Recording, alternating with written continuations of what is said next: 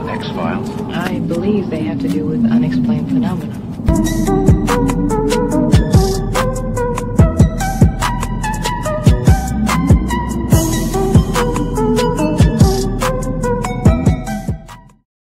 The following account is out of Nicaragua.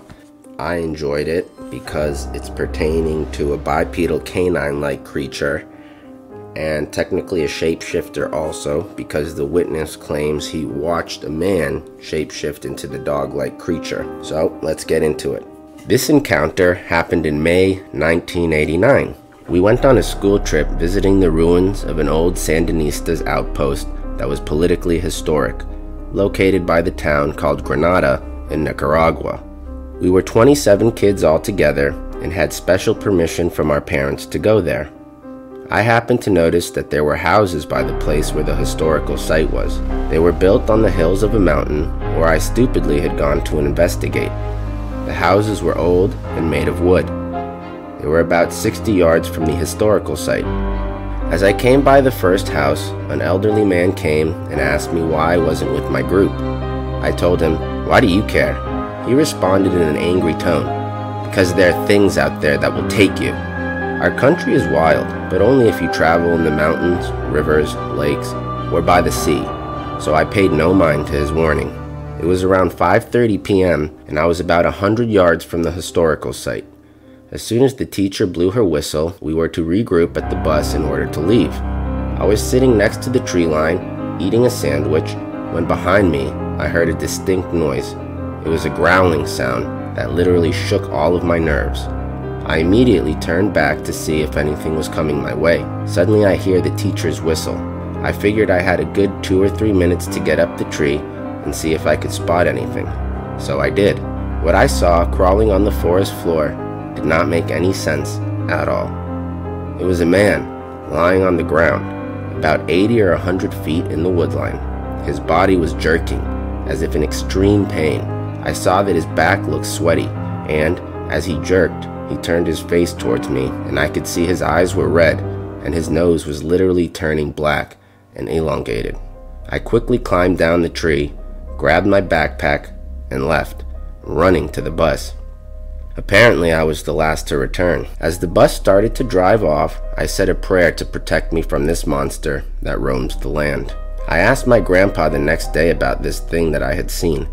He grew up there and was a native from our country, and his dad had been a coffee farmer, which is one of the things my country still trades to the US. He explained that the locals had a curfew and that they never went out unarmed to pick the coffee because of these things. They had suspected they were both animals and humans and practiced devil worshipping and traded their souls in order to shapeshift into many animal forms, such as the great wolf spirit. I have to tell you that when we made our life in the US, I had thought I had left the monsters behind me. But as it turns out, I was wrong. I am in Austin, Texas, and have been here since 1996. I encourage people I know to not go in the woods alone and do not wear bright colors. At least go armed with a gun or a bear pepper spray, because I do believe I was lucky, but I will not tempt fate again. The name was withheld to protect their anonymity.